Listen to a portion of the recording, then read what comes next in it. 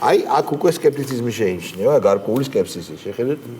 ახლა ძალიან მომახიანად კი ვამბობ, მაგრამ ვითარება მართლა ძალიან რთულია, იმიტომ რომ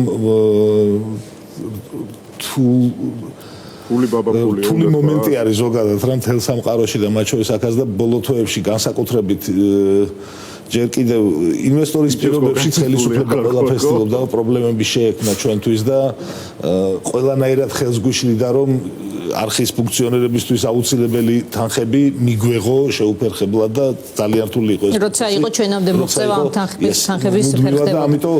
ამიტომ ეს პრობლემები რომლებიც დაგროვდა არის საკმაოდ დაგროვილი ასე ვთქვათ ამ მომენტისთვის რა და კონკრეტული პრობლემები არის ადამიანებისთვის გადასაჭრელი და მუშაობთ პირველ რიგში ხარ.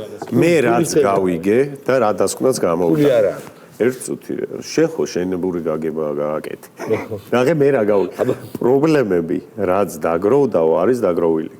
ანუ ხო იგივენაირად არის დაგროვილი. ვინგან გროვდებაო. ანუ დაგროვებული პრობლემები არის დაგროვებული. ერთი გორაო. რამდენი გორა არ დაუზუსტებია ეხა ეგ. მართლა სხვა ვერაფერი ვერ მოვისმინე. ფული არ გვაქვს. აი ვერ მოისმინე. სხვა რაღაცაზე ვფიქრობდი. მე გეტყვი შენ აბა რა თქვა რომ ეს კეზერაშვილი კი კაია რომ წავიდა და შეგვატოვა და შეგვაჩიჩა ესო მაგრამ კასეტებს ხო არ გავყიდითო და მაგნიტოფონებსო და ფული არ გვაქვს ბაბა ფულიო და ხო თქვა იქ რომ დავკვირდითო ევროკავშირს რომ ხო სად არის ფული ჩვენ აგრეული ძები ვაკეთეთ და სხვათა შორის მე შეიძლება ამაზე რაღაცები თქვა ერთად მუშაობდით 105-ში და კოლეგები ვიყავით